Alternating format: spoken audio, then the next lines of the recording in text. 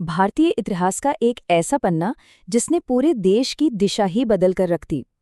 आज हम 20वीं सदी के उस बेहद जटिल और निर्णायक पल की परतों को खोलेंगे जब भारत की तत्कालीन प्रधानमंत्री इंदिरा गांधी की हत्या हुई थी। बिना किसी लाग लपेट के सिर्फ स्क्रीन पर मौजूद वेरीफाइड और प्रामाणिक तथ्यों के जरिए आइए सीधे इस ऐतिहासिक घटनाक्रम में गोता लगाते हैं। शुरुआत करते हैं 31 अक्टूबर 1984 की उस सुबह से। तारीख 31 अक्टूबर 1984 और सुबह के ठीक 9 बज रहे थे। नई दिल्ली में ये एक बिल्कुल आम सुबह की तरह ही शुरू हुई थी। प्रधानमंत्री इंदिरा गांधी एक बहुत ही खास इंटरव्यू की तैयारी कर रही थीं। ये इंटरव्यू ब्रिटिश फिल्म मेकर और एक्टर पीटर यूस्टिनॉफ के साथ होना था, जो उनके ऑफिस के ही पास वाले बंगले में तय किया गया था। सब कुछ एकदम नॉर्मल लग रहा था। अब चूंकि दोनों इमारतें बिल्कुल पास पास थीं, तो गाड़ी लेने के बजाय पैदल ही जाने का फैसला हुआ। जैसे ही प्रधानमंत्री चलते हुए गेट के पास संतरी बूथ पर पहुंची, उनकी नज़र अपने सबसे भरोसेमंद बॉडीगार्ड बेअंत सिंह पर पड़ी। उन्होंने हमेशा की तरह एक हल्की सी मुस्कान के साथ उसे नमस्ते कहा, और तभी अचानक बेअंत सिंह ने अपनी रिवॉल्वर निकाली और एक के बाद एक 3 गोलियां दाग दीं। प्रधानमंत्री के जमीन पर गिरते ही वहां मौजूद दूसरे गार्ड सतवंत सिंह ने अपनी ऑटोमेटिक कार्बाइन उठाई और अंधाधुंध फायरिंग शुरू कर दी। ये वो पल था जिसने पूरे देश को सन्न करके रख दिया। लेकिन उस दर्दनाक सुबह तक बात पहुंची कैसे? इसे समझने के लिए आयरन लेडी के राजनीतिक सफर और आपातकाल के दौर में थोड़ा पीछे चलना होगा। ये जो नंबर है ना, 352, ये कोई मामूली आंकड़ा नहीं है। 1971 के आम चुनावों में गरीबी हटाओ के नारे के साथ कांग्रेस ने जो विशाल जीत दर्ज की थी, ये उन सीटों की संख्या है। इसी असीमित राजनीतिक शक्ति और फिर 1971 के भारत-पाकिस्तान युद्ध में मिली ऐतिहासिक जीत के बाद ही उन्हें आयरन लेडी का रुतबा मिला था। उनका ये राजनीतिक सफर किसी रोलर कोस्टर से कम नहीं था। 1971 की उस विशाल जीत के बाद 1975 में इलाहाबाद हाईकोर्ट ने उनके चुनाव को अवैध ठहरा दिया, और इसके ठीक बाद देश में आपातकाल यानी इमरजेंसी लागू कर दी गई, जहां लोकतंत्र एक तरह से थम सा गया था। इसका सीधा असर दिखा 1977 के चुनावों में, जब उन्हें करारी हार का सामना करना पड़ा। लेकिन राजनीति के उस बिसात पर 1980 में उन्होंने एक बार फिर सत्ता में शानदार वापसी की। और इसी सप्ताह में वापसी के बाद शुरू होता है पंजाब संकट और ऑपरेशन ब्लू स्टार का वो अध्याय जिसने इतिहास की धारा बदल दी। हुआ यूं कि 1980 में सत्ता में वापस आने के बाद खेले गए एक राजनीतिक दाव ने अनजाने में ही एक बहुत बड़े संकट को जन्म दे दिया। उस वक्त अकाली दल पंजाब के लिए ज्यादा अधिकारों की मांग कर रहा था। उन्हें राजनीतिक रूप से कमजोर करने के लिए शुरुआत में एक स्थानीय प्रचारक जरनैल सिंह भिंडरावाले को पर्दे के पीछे से समर्थन दिया गया। लेकिन समय के साथ भिंडरावाले का रुख बेहद आक्रामक हो गया।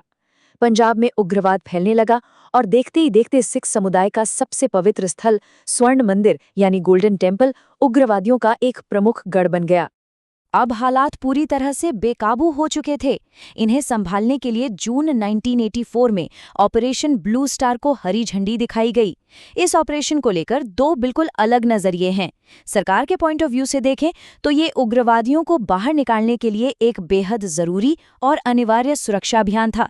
वहीं सिख समुदाय के नजरिए से ये उनके धर्म और उनकी गहरी आस्था पर सीधा हमला था।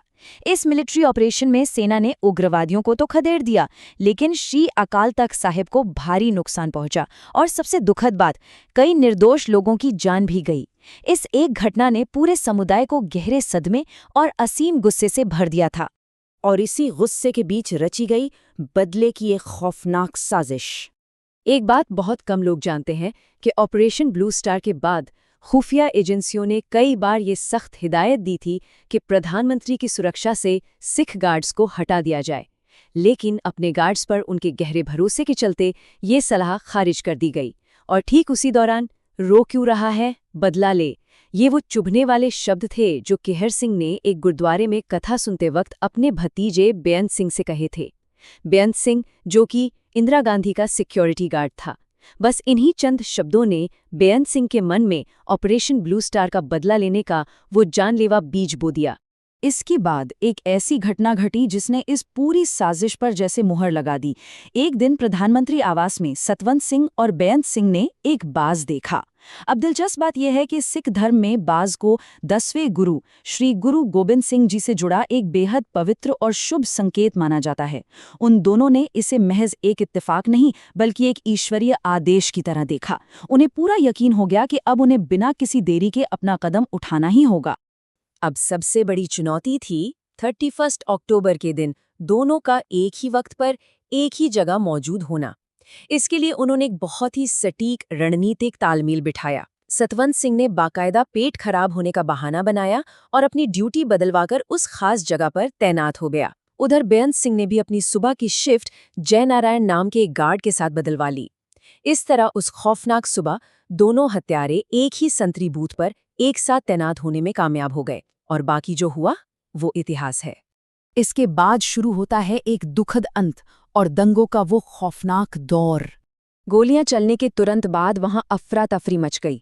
बिना एक भी पल गंवाए खून से लथपथ प्रधानमंत्री को एक सफेद एम्बेसडर कार में लिटाया गया और पूरी रफ्तार से सीधे एम्स अस्पताल ले जाया गया।